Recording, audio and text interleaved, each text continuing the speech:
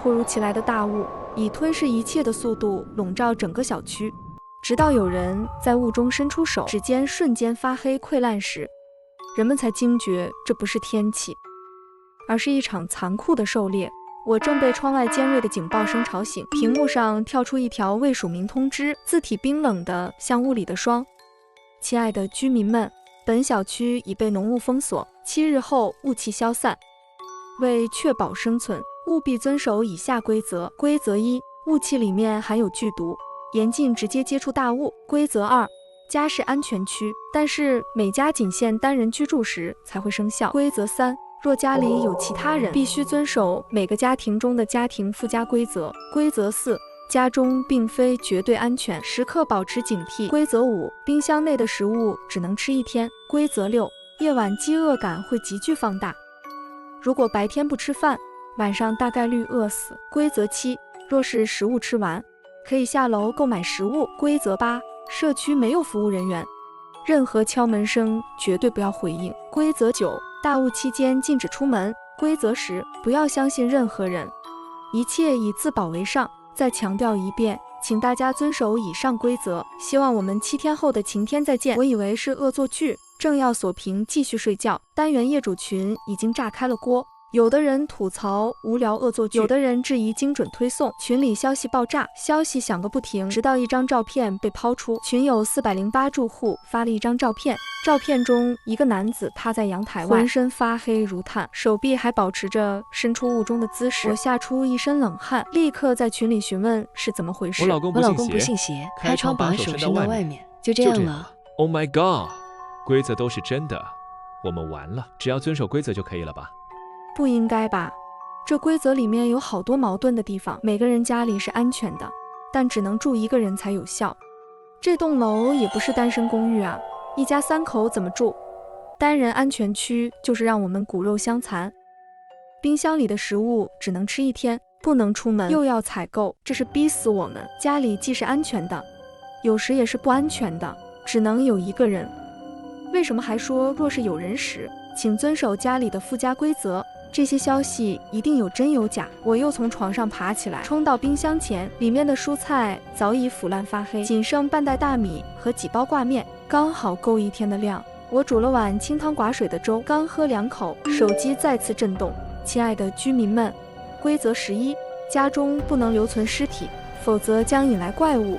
我猛地拉开窗帘，雾浓得像凝固的墨，5、6米外的楼栋只剩模糊轮廓。突然，隔壁传来开窗声，紧接着是重物落地的闷响。是有人被推下去了，还是别的什么？我不敢深想，死拉上窗帘，后背已被冷汗浸透。幸好我自己1个人住，可这末日里，人心比怪更可怕。咚咚咚，门外突然传来敲门声，伴随着刻意温柔的男性声音：您好，我是社区服务人员，您家漏水需要检修，麻烦开下门。规则8中明确说，社区没有服务人员，任何敲门声绝对不要回应。我打开手机，小区业主群早就炸了锅。我家也有人敲门，说楼下反映漏水，千万别开，这是陷阱，谁开门谁就是傻子。敲门声越来越重，想要砸穿门板。突然，隔壁408传来一声短促的尖叫。很快，粘稠的腐败物顺着门缝渗过来，让人作呕。我用仅剩的挂面做了碗葱油面，刚吃2口，面条突然发黑发霉，恶臭扑鼻。看来食物有时间限制，过了某个节点就会自动腐烂，根本留不到第2天。明天的食物怎么办？规则6：夜晚饥饿感会急剧放大，晚上大概率饿死。矛盾背后或许是警告而非禁令。看来出门有死的可能，不出门则是必死。难道屋里也藏着某种威胁？是怪物吗？我正纠结要不要拼一把的时候，手机第3次更新规则，穿防护服出门就不怕雾气了。家里没有这东西。刚吐槽完，敲门声又响起，只不过只敲了2下。我从猫眼望去，门外空无一人，只有一套防护服。我迅速穿好防护服，检查完每一处接口，在群里留了句门外有防护装备，大家想出门的话可以穿上后，便推门下楼，冲入浓雾。路灯在空中折射出森森绿光，脚下的路湿滑黏腻，像是踩在某种生物的粘液上。我凭借着记忆摸索着道路，走到超市门口。超市门口竖着一块黑板，上面的粉笔字歪扭狰狞。上面是新的规则：规则1，可以购买肉类食品，但是绝对不能吃。规则2，虽然肉包子很好吃，但是超市不卖肉包子。规则3，每天的蔬菜都很新鲜，但是隔夜蔬菜一定不可以吃。规则4，每人仅限购买1天口粮。规则5，餐厅区域的食物禁止食用。规则6，每日仅供应30人份食物，只有30份。这分明是在怂恿自相残杀啊！越来越多的人涌向超市，我赶忙也跑了进去。你是409的丸子？有人拍我肩膀，声音隔着防毒面具有些模糊，但我还是听出了他的声音。是我楼上509的独居住户坤哥，里面全是速食方便面。看来我们想的都一样，肉不能吃，菜的话，因为我们都不是专业人员，谁都不能分辨出是哪天的。小区里的超市又没有米和面条，剩下的只有方便面了。我点头附和，正要转身，却瞥见他盯着肉柜出神，那些肉类泛着诡异的油光，像有魔力般勾着食欲。我强行移开目光，将坤哥拽去旁边，从货架拿了6袋方便面后，准备排队结账。你下来的时候注意到了吗？楼下面很干净。我没有意识到坤哥这句话是什么意思。每家只能住1个人，就算是1家2口，这么多家，下面也该是尸山血海才对。但是刚才看地面却很干净，没有尸体，连血迹也没有。那尸体能去哪儿？听到这，我毛骨悚然。我往超市门口看去，发现此时超市门已经关上了，外面徘徊着不少人，那块黑板也消失了。看来30个人进来后，黑板就会自动消失，那后面的人岂不是看不到这些消息，也买不了东西了？我叹了一口气，看来不能轻易出去了，这不得8层皮。规则可没说不能抢啊，谁都不想死。现在超市里的人成了待宰的羔羊。很快轮到我们结账，手机突然又弹出更新，亲爱的居民们，规则更新。规则13，遇到无防护者立即远离，切勿接触。规则14，即便是有防毒面具和防护服的人，也不能完全相信他们，很有可能是怪物假扮的。规则15，超市和食堂里的肉不能带出去。人群瞬间炸开，警惕地拉开距离，货架被撞倒。我突然抓起一盒猪肉，快步走到门口，在拉开门的瞬间将肉扔了出去，随即狠狠关上门。你疯了！我嘘了一声，让他好好看看外面。只听见从外面传来一阵打斗的声音，透过窗户看去，只见一群人疯狂争抢这块肉，没抢到的人不断咒骂，疯狂地砸门。防护时效快到了，再不走就回不去了。我把方便面塞进防护服内侧，坤哥也有样学样，趁着人少，我们迅速冲了出去。外面早就有人在等着了。把吃的交出来！为首的男人目露凶光，伸手就来抢，我侧身躲开，顺势踹在他膝盖上。坤哥也不含糊，一拳砸在对方面门上。我们2人默契十足，转眼就冲开重围，朝着家的方向狂奔。等跑远了，将那群人甩开，我们才缓了下来，戴着防毒面具，实在有点喘不过气。突然从屋里传来孩童的哭声，一个瘦弱的小女孩坐在绿化带旁的长椅上，脸上满是泪痕。哥哥，我的防护装备被抢了，能不能借我用用？小女孩一边哭一边朝我们走来，一把抱住我的腿，瞬间一股寒气袭来。没有防护服，她怎么能在屋里存活？是怪物！我直接甩开小女孩，拽了坤哥一把，头也不回地往前跑。哥哥，我真的好疼啊！求求你们帮帮我！他喊了半天，见我们没理他，重新爬上椅子，继续坐好。为了一探究竟，我和坤哥躲在灌木丛后，看见一个穿防护服的男人，于心不忍，脱下装备递给他。下一秒，男人浑身发黑，倒在屋里抽搐。小女孩站起身，嘴角裂开，夸张的弧度扑上去啃噬起来。片刻后，男人只剩下一张完整的皮囊，小女孩像虫子般钻了进去。皮囊缓缓站起身，变成了男人的模样。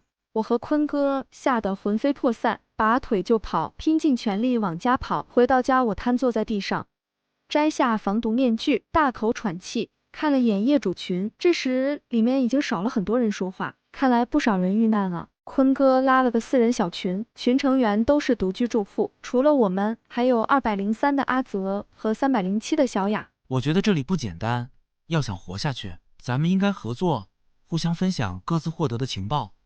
我支持坤少这个提议，毕竟无论如何，我都没办法和那些杀过亲人的人合作，说不准什么时候他们就会在背后给你一刀。我跟着在群里附和道，现在这种情况，我们携手合作，生存的几率将大大提高。我和坤哥今天去的是超市，你们俩去的是哪？超市关门了，我们去了餐厅。什么？你们的食物在餐厅买的？看到两人的肯定回复，我连忙将超市门口的规则发到了群里，我还特别标红了那条规则：超市生存规则5，餐厅区域的食物禁止食用。片刻后，阿泽也把餐厅的规则发过来。规则1，餐厅提供美味食物，保质期24小时。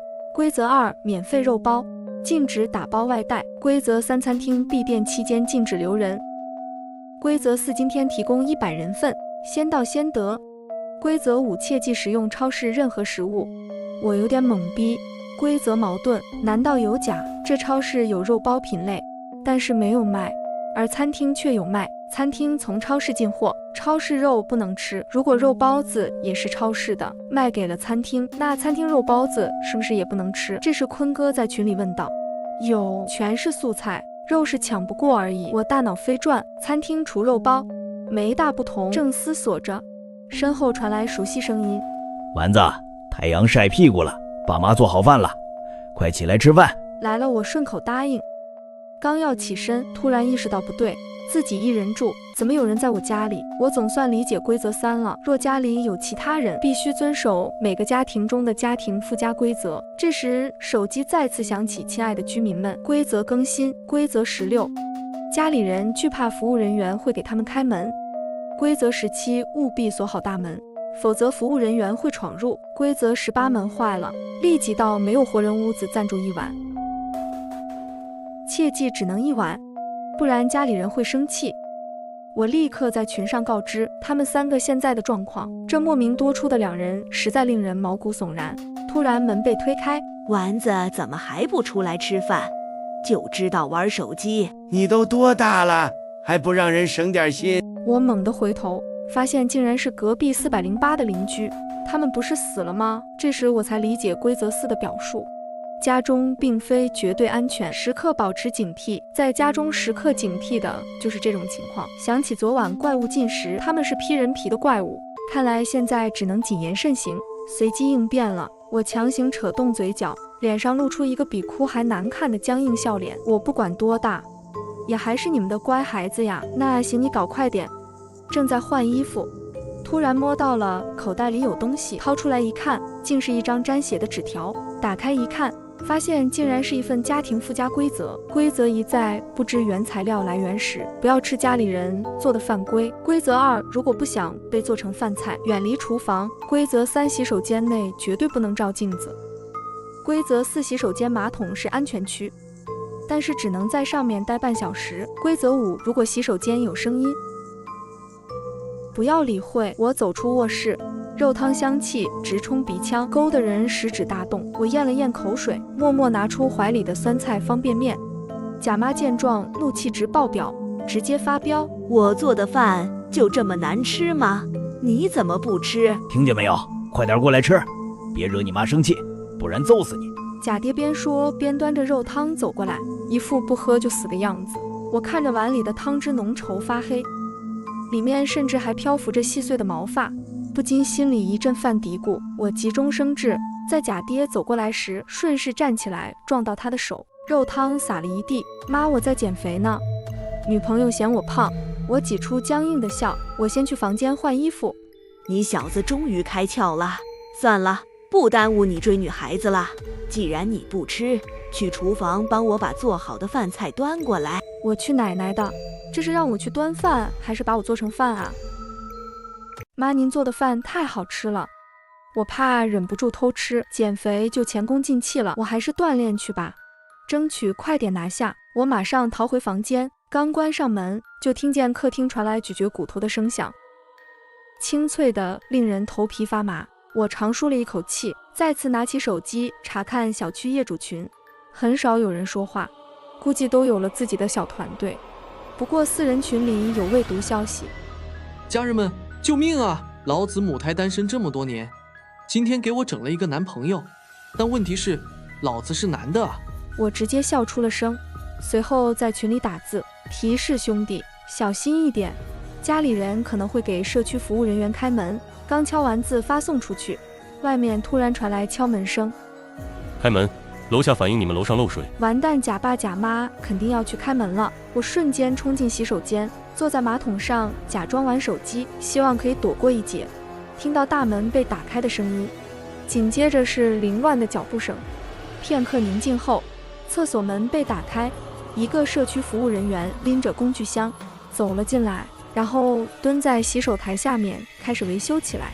我突然想起来，家庭附加规则4，洗手间马桶是安全区，但是只能在上面待半小时，在线等挺急的，他们要是半个小时不走怎么办？我家也是，不过我的是浴缸里，是安全的，我也只能待半个小时。一一对比他们发来的规则，虽然大同小异，但是有一条是相同的，就是在洗手间内绝对不能照镜子。但是怎么让他们主动照镜子，却始终没有头绪。时间一点点过去，转眼就只剩下5分钟，但是这个社区服务人员一点走的意思都没有。我壮起胆子，师傅，能帮我擦擦镜子吗？你说什么？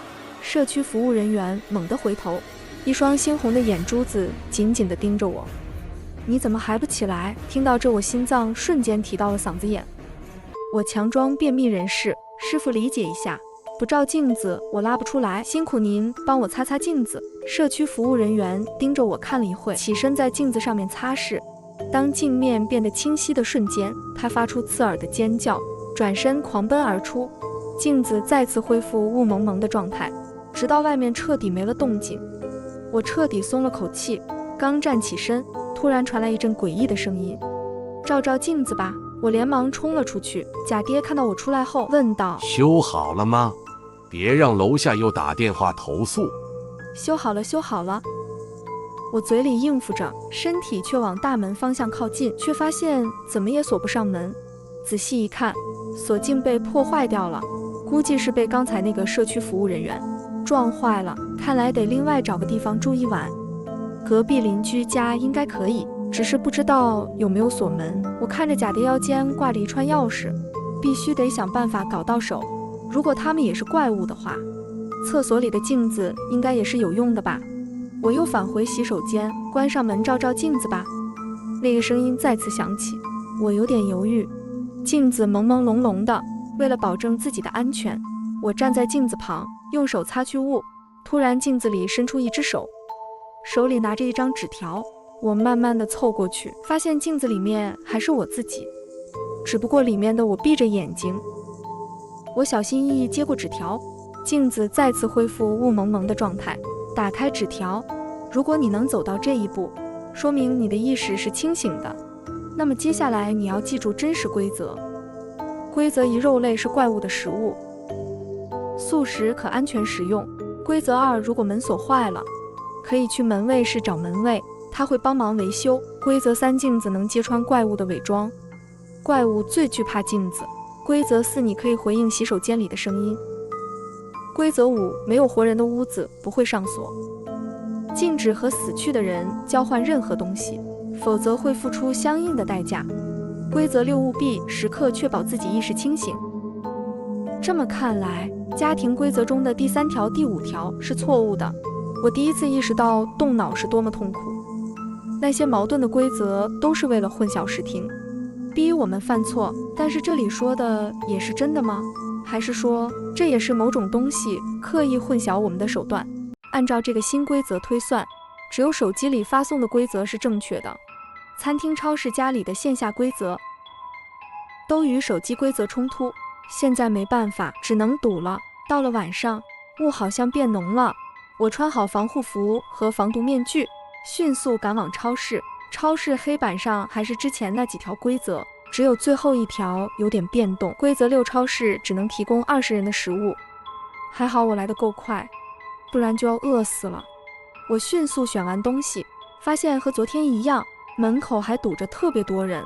鉴于昨天发生的事情，我决定在超市里苟一会，拿出手机打开私人小群。你们有人是去餐厅的吗？那边规则变动了吗？我们去了餐厅，这边只提供50人的饭菜。现在荤菜30份，蔬菜只有20份。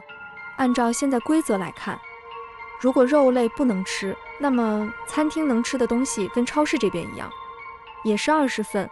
坤哥在群里继续分析说，按照一天少10份的情况来看，第3天也就是明天只剩下10份，等到第4天可能就彻底断供了。如果真是那样的话，那我们必须在第4天晚上逃离这里。规则说大雾7天后就消散了，而且你们只是猜测而已。万一第4天晚上还供应呢？就算是真的，那该怎么离开呢？不要忘了，有的规则是错误的。你以为门卫会好心放我们离开吗？听到提起门卫，我突然想起一件事情。镜子给到的新规则2提到，如果门锁坏了，可以去门卫室找门卫，他会帮忙维修。我把食物放进衣服下面，从窗户爬出去后，直冲门卫室跑去。小区大门亮着一盏小灯，昏暗无比，外面仿佛是无尽的黑暗深渊。我敲响门卫室的门，你好，我是2栋409的住户，我家门锁坏了，能麻烦你帮忙修一下吗？过了许久，门卫室里才传出声音，可以，明天下午2点半去。我四处张望，希望能有所发现，果然在门上贴着海报，边角后面找到了隐藏规则。门卫室里有监控中心，可以观察小区每个角落的情况。修门锁时，家里只能有活人。门卫室里是一对双胞胎兄弟，只有一个人会修门锁，需自行辨别。每天晚上，所有人必须回到家里。门卫晚上会巡视，别被抓到，否则会被永远困在门卫室里。我真是无力吐槽了，修个门还这么多事。时间快到了，我火速跑回家，可到了门口停住了，转身拐进了邻居家，锁上门，随便找了个卧室睡觉。等隔天早上，我返回家里，假爸假妈坐在沙发上，面无表情。去哪了？怎么一晚上没回来？你老婆昨夜一晚上都没睡觉，等着你呢，赶紧去哄哄她，她还怀着孕呢。啥玩意？我怎么又多了一个老婆？等我明天再来，是不是连儿子都有了？我没有理他们，直接走进厕所，3下5除2把镜子卸下来，擦去上面的雾气，直接对着假爸假妈。假爸妈尖叫一声，夺门而出。假老婆听到动静，刚开门就撞了个正着，也是尖叫一声，跑得比兔子都快。这下总算是把这群吓人的玩意给赶走了。我坐在沙发上等着维修工来，突然坤哥一个语音电话打了过来。你有没有发现隐藏规则？坤哥在电话里继续说道，我昨天晚上去了趟餐厅，在餐厅厕所里得到了隐藏规则：一、餐厅厕所可以在晚上庇护居民；二、餐厅肉类都是在超市里买的，蔬菜也是，虽然超市里的菜不新鲜；三、餐厅不会在晚上营业期间关门，超市也不会；四、肉类有特殊的味道，餐厅不储存；五、白天所有人都在后厨忙碌，超市老板也会来帮忙。听坤哥说完后，我把自己从镜子和门卫室里得到的规则也同步给他。知道消息后，我感觉我们今晚能逃出去。我有些疑惑，毕竟按照推测，第4天晚上食物才断供，餐厅和超市的东西吃完需不需要进货？餐厅厕所的规则说营业期间不会关门，如果是正确规则，说明大雾7日里不会闭店，也就是说会一直营业。我恍然大悟，要一直营业，就会在前一天出去进货，我们则可以通过跟着进货的车逃出去。餐厅的人白天忙，超市只有老板一人，还会来帮忙。那么进货时间应该是在晚上，不过超市和餐厅都会出去进货。我们应该选哪一方？我也不知道，目前线索不多。今晚1小时探查，超市有没有隐藏线索？晚上可以去看看。好，你可要快点，今晚超市只能进10个人。先不说了，我得等门卫过来修门锁挂了。下午2点半，门卫准时敲门，打开房门，门口站着2位长相一模一样的门卫，他们2个憨笑一下，嘴角的弧度都一样。2人提着工具箱，异口同声地说道：“只有哥哥修的门，外面的人才打不开。弟弟修的门会被打开啊！你必须找出哪个是哥哥，哪个是弟弟。”我一脸懵逼，看来又是解谜游戏了呗。父母偏爱弟弟，所以弟弟总是有用不完的螺丝刀。哥哥会挣钱，收入高，自己能买很多的扳手，不过外面的螺丝刀很贵，哥哥总是去找弟弟交换螺丝刀，但是哥哥比较贪心，总是拿用过的扳手交换，还顺走了不少螺丝钉。请问哪个是哥哥，哪个是弟弟？我有点云里雾里，看着他们一模一样的维修工具，毫无头绪。哥哥为什么要拿用过一次的扳手交换？是因为哥哥比较小气吗？他是哥哥，因为收入高，才戴得起大金链子、小金表。这兄弟俩也没说对不对，只是表情略带着无语。被我指到的那位拿着工具，瞬间就把房门给修好了，然后两兄弟又瞬间在我眼前消失。我愣了一下后，把门关上，心里有点没底。这要是猜错了，就完犊子了。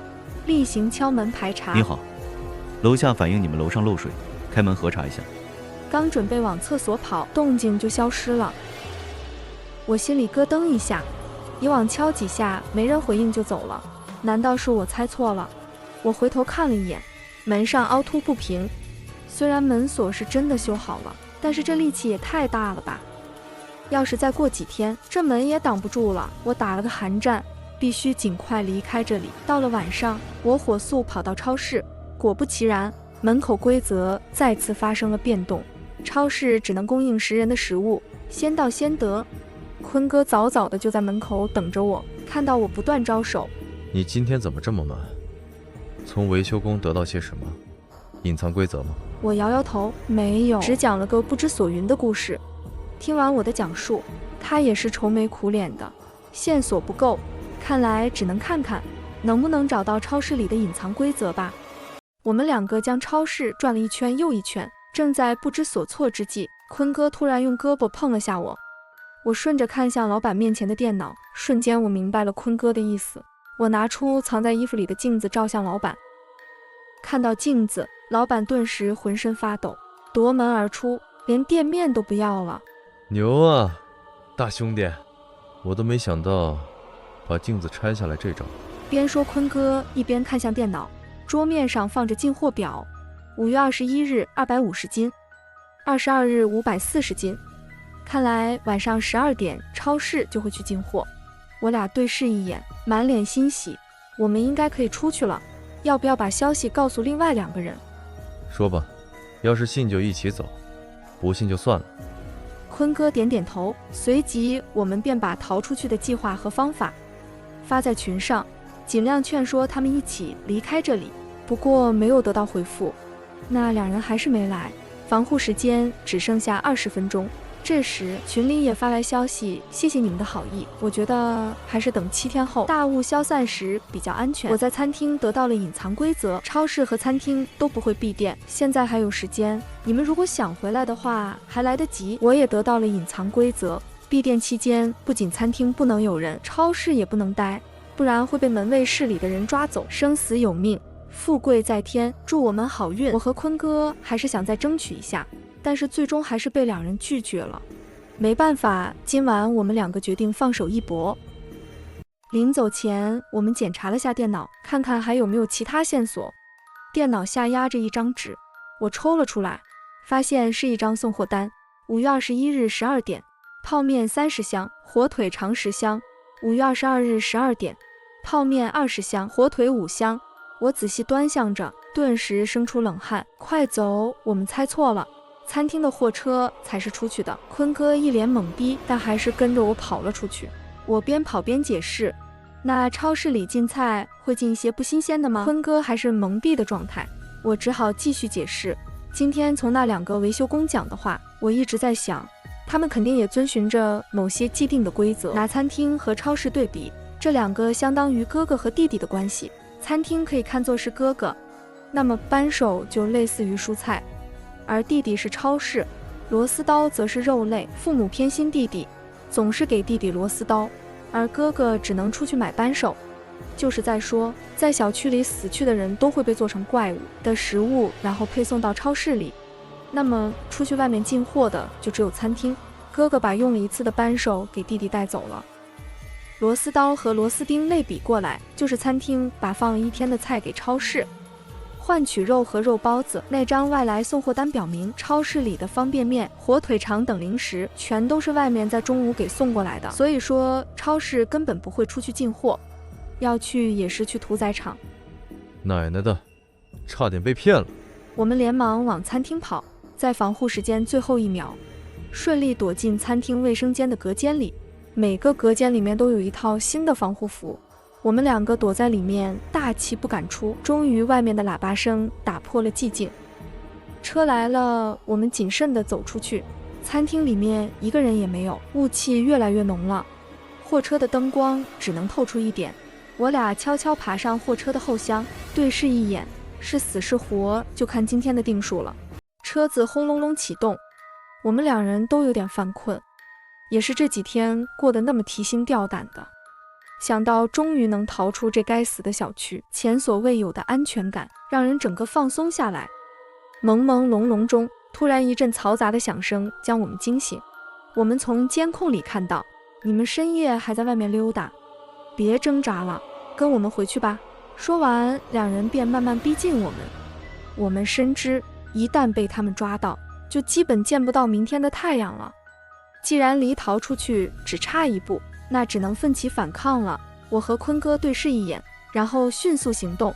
坤哥一个铁山靠将门卫压住，我掏出镜子对着他们输出，2个门卫浑身发软，已经没了反抗的力气。我俩一脚将他们踢下车厢，2道黑烟从身体中脱离，然后凝聚成一个整体。不过只能眼睁睁看着我们远去。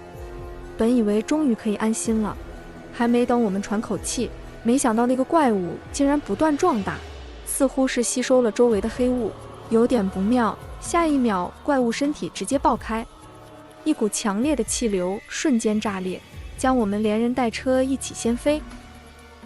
我俩被震得眼前一黑，失去了意识。醒醒，醒醒！你们怎么回事？怎么睡在车顶上？我被晃醒，许久没见过灿烂的阳光，照得我眼睛都睁不开了，半晌才缓过来，耳边全是司机辩解的声音。俺就是个收棉花的，也不知道他俩是怎么上来的。俺真的没有违规拉人啊，俺都是30多年老司机了，不会连这点法律意识都没有的。我和坤哥对视一眼，欣喜若狂，出来了，我们活下来了。我们解释说，我们喝醉了，有点模糊，什么事都不知道，反正这事说出去也没人会信，反倒会被当成神经病。随后我打了个出租车回家。